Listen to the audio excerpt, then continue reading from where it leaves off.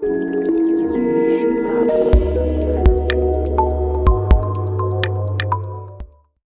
everybody.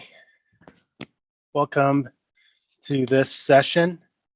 This is the Kubernetes and Fibre Channel, a compelling case session. My name is Mark Jones.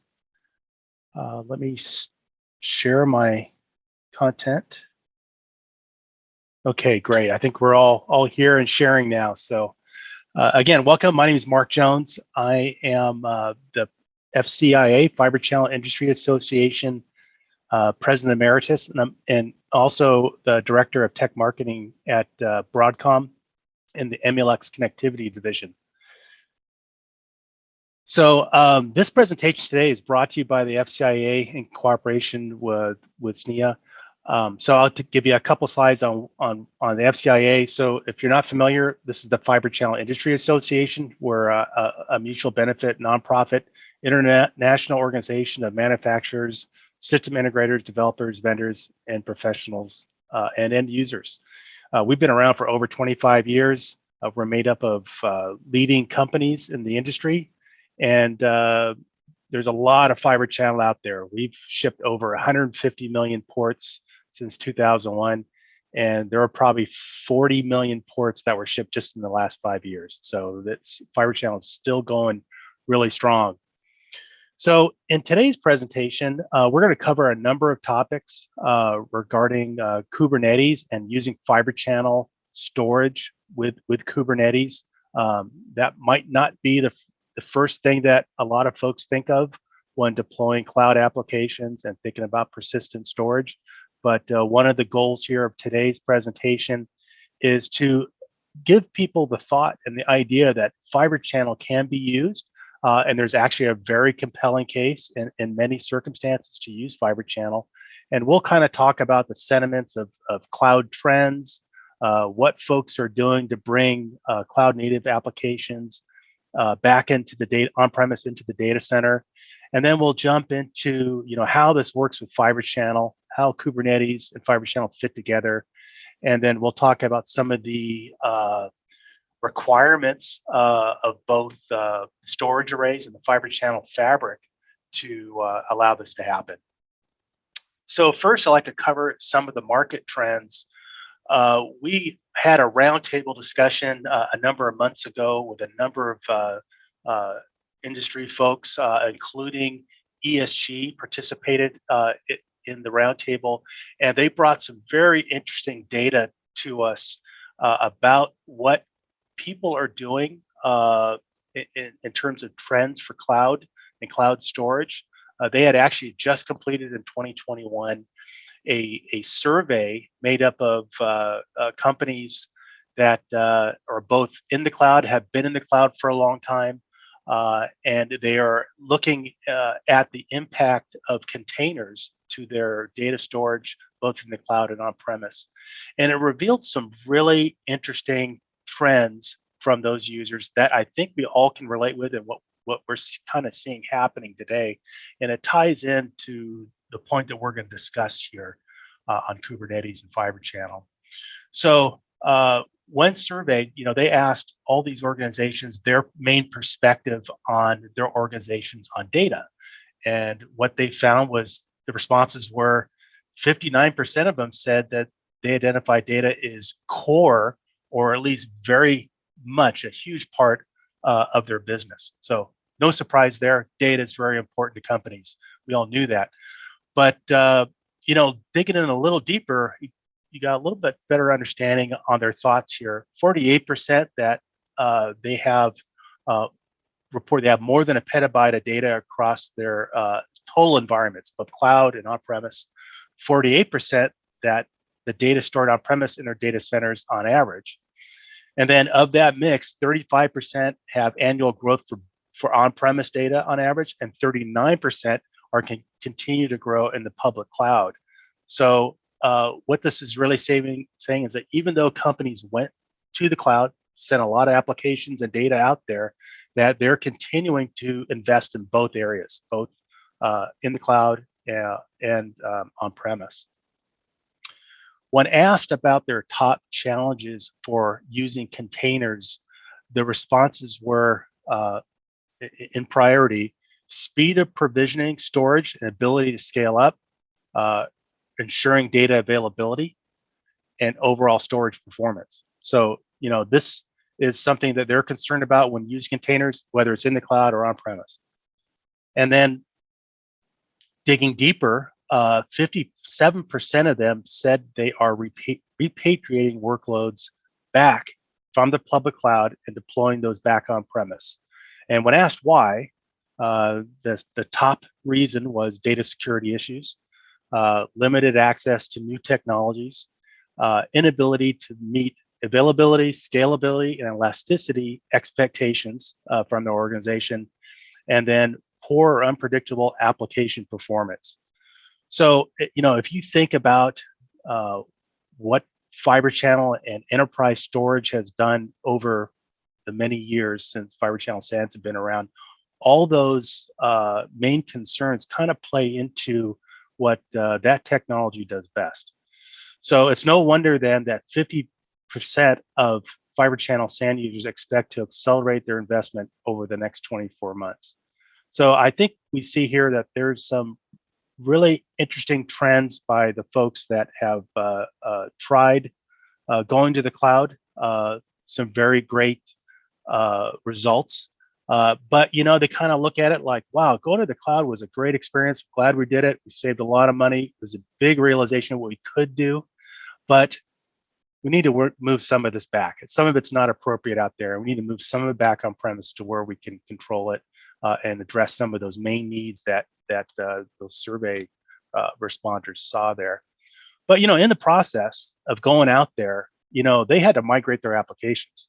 The typical scenario in the data center before they moved was huge applications that scaled up, not out, and they had to redesign those to be more cloud native. That's a term we're going to use quite a bit, and it lends itself much better to a scale out scenario. They also really enjoyed the DevOps experience, meaning that instead of purchasing the equipment, scheduling time with IT, working with dealing with budgets and capital expenditures and dealing with the life cycle of maintaining a lot of gear, it changed. If they wanted a presence in the cloud, to oversimplify it, it's pretty much as all you needed was a credit card and the ability to push a button on the internet, right? So you can get a VM out in the cloud and start right away. So they like that experience, and it's a little more complicated than that, obviously, but still there's a model there that allows for rapid provisioning and easy ways to deal with the costs of getting those resources so quickly. Also, they didn't really have to know what was under the hood. When you have things on premise and in the old model, boy, you had either the mainframe or some particular architecture you bought into, and everything had to kind of fit that model. Now with cloud native applications, you can run it in a lot of different places. And the only thing you really need to care about is the SLAs, security, and performance that meets the expectations of what your enterprise expects. So in some ways, if you think about it, they went out to the cloud, they saw some things they really like, they saw some things they don't like, but it's kind of like going to like a really fancy hotel. I don't know if you've ever done that. Been to a 5-star hotel, you open the door and you say, wow, this room's amazing. Look at all this furniture and fine elements and design and everything that maybe your own home isn't so up to date on. So you think, oh, how can I bring some of these ideas back home under the control in my own house at the time I want, under the control I want, with the performance I expect? It's kind of the same thing with what they saw in the cloud. So cloud native, we talked about that. They had to redesign those applications to be cloud native, which is basically saying that it's kind of tailored to running in containers. And as I said, it tends to be something you want to scale out, and containers do that very well if managed correctly. So containers can run on a lot of different platforms. They're not so locked into any one particular operating system or environment. And they can be very extensible. You can build clusters where they're very large, but they need to be managed. And the storage implications of extending containers over clusters is very important. So managing container clusters, Kubernetes has really emerged as the de facto management tool that everybody's using these days. And it's just this project is growing at tremendous pace. And it's in its own right, it has been quite successful. So customers can now create their own cloud native compute environments and design it to their own security levels, performance levels, and scalability needs. So when you use Kubernetes, there is the concept of persistent storage. So in anything, containers tend to not save their data persistently. So you have to have persistent storage for serious applications on data that you create or change. And for that reason, you need to have a certain number of attributes you need to look very closely at: security, performance, and data services. And you're looking at it as disaggregating this information and this hardware over a long period of time, including its own native integration. So then your desire to come back, repatriate all that equipment, you're going to look at what part of my existing infrastructure can I leverage to deploy this on. So those are all some important thoughts to consider when going to Kubernetes. And in the cloud, the type of applications that are out there, there's either stateful applications or stateless. And the stateful applications are the important ones that really create change, and the value of the data is very important. And so you have to be very mindful, what is the stateless and stateful applications. So they all have particular important requirements for their storage guarantees. So you have to have the ability to share data sets at a low cost, the ability to scale out. So the large array with the ability to scale that storage over effectively and cost effectively. Performance QoS, IO offloads such as Fibre Channel over NVMe, snapshot capability for reasons you'd use snapshots. Data encryption becomes important because the security was one of the top concerns, and an ever-growing ecosystem of Kubernetes ecosystem where you have lots of components and companies involved that are compatible, and of course a strong eye toward the needs of disaster recovery. So for all those reasons, Fibre Channel has, as I mentioned, it's been around a long time and has perfected the ability to be data center storage of choice for a very long time, over 25 years. It has proven interoperability. As part of the industry association, we have put on over 40 interop plugfest events to ensure that vendors from all over the Fibre Channel industry get together and ensure that their products are interoperable. Secure and reliable, those are two things that very much go together, and that's something that Fibre Channel has proven over the years. We also have the ability to be backwards compatible, meaning that investments you make today have some security and longevity, and that anything you buy today, the next 2 generations of products that come out, usually every 3, 4, 5 years in generation, that they'll be backwards compatible, at least 2 of those. So anything you buy would be backwards compatible for a very long time, as much as you need it to be. And then continuous innovation. The Fibre Channel industry technology is still gets together at the T11 Insights work groups to develop new technologies. They get together bi-monthly and are always innovating new things. The latest innovation is 64 gig Fibre Channel. That's been shipping now for over a year and is going to start ramping up very quickly. Fibre Channel, NVMe over Fibre Channel. So with NVMe over Fabrics, Fibre Channel is a very strong choice for NVMe over Fabrics. And we're even working on the next speed, which is that standard for 128 GFC will be completed here very, very soon. So here's a good example of the data center and the timing of how things came about. We've had the bare metal applications running on bare metal, and typically that was connected with Fibre Channel. Then we got into the converged infrastructure with hypervisors and virtualization.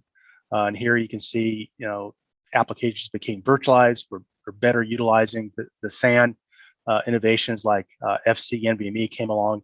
And now with containers, we can run that all on the same hardware equipment. Remember, I mentioned that 2 generations of backwards compatibility and the interest of utilizing your current infrastructure. So that is all capable here, even with containers. Some things you need to know about when using Kubernetes with Fibre Channel. In general, Kubernetes has a number of ways of dealing with storage drivers. There's the old in-tree drivers, which was originally there, very much built into very specific for particular devices into the distributions. And then came along flex volume drivers, which added a lot greater functionality and flexibility. But really the current and driver interface that you really want to look for now is container storage interface, CSI. So you'll hear that a lot. CSI, when you're choosing your storage, Fibre Channel storage devices, you're going to look for a CSI capability. And almost all array vendors now have that. And it brings, tremendous operational benefits, as you are deploying a container or an application pod. You can at that time, create and delete a volume, attach the volume, mount and unmount, all those things. You have that capability with the CSI driver. And this slide here just talks a little bit about, CSI interface. It is a standardized storage interface for container orchestrations, not just Kubernetes. Kate's is sometimes the shorthand for it, but also many others. So, CSI makes installing new driver and plugins as easy as deploying a pod, which is, very simple. And so look for CSI. That's kind of the main message there. So what kind of things do you need to consider with Fibre Channel if you're deploying Fibre Channel with Kubernetes? Well, the first and foremost thing you need to know is where it is available. So the Linux software distributions of Kubernetes include Fibre Channel capabilities within there. And so things like systems like Red Hat OpenShift or SUSE Rancher, Fibre Channel capabilities included in those distributions. As far as the Fibre Channel SAN components, all current HBAs are supported. We would recommend updating to the latest drivers and firmware and using Gen 6 32 gig Fibre Channel or the new Gen 7 devices, which are capable of 64 gig to get the best performance. And pretty much the same applies to switching. So Fibre Channel switches, all the current ones, there's no particular support needed for Kubernetes. Again, Gen 6 or 7 is recommended for best performance and visibility of what's going on in the fabric. As far as storage arrays, ask your storage array vendor. So any storage array that supports Fibre Channel, ask that vendor if they have a CSI driver. And more importantly, if Fibre Channel is supported with their CSI driver. Almost all of them do. So it's not something too much to worry about, but it is a good question to ask. So we're just about out of time in this 20-minute presentation, but just in summary, organizations are making new investments in storage to return workloads from the cloud, as we saw in the customer data from ESG. There's a lot happening there, and for good reason. And Fibre Channel is the perfect choice for secure, high-performance, persistent storage with Kubernetes when you orchestrate the clusters and containers. And then CSI, ask for CSI, a CSI driver plugin with your storage that matches your storage array, and that it's capable of using Fibre Channel. And the other thing to know is that Fibre Channel is in Kubernetes. You may be looking at a lot of other fancy storage alternatives, but consider that you can plug into your existing Fibre Channel or build new Fibre Channel environments for Kubernetes clusters. All right, I think we're just about out of time. Thank you very much. If you have any questions, feel free to contact me. This is my email address, mark.jones@broadcom.com. And as always, please take a moment to rate the session. Feedback is very important for us to tailor the content of going forward. So again, thank you all. And hang on for Q&A.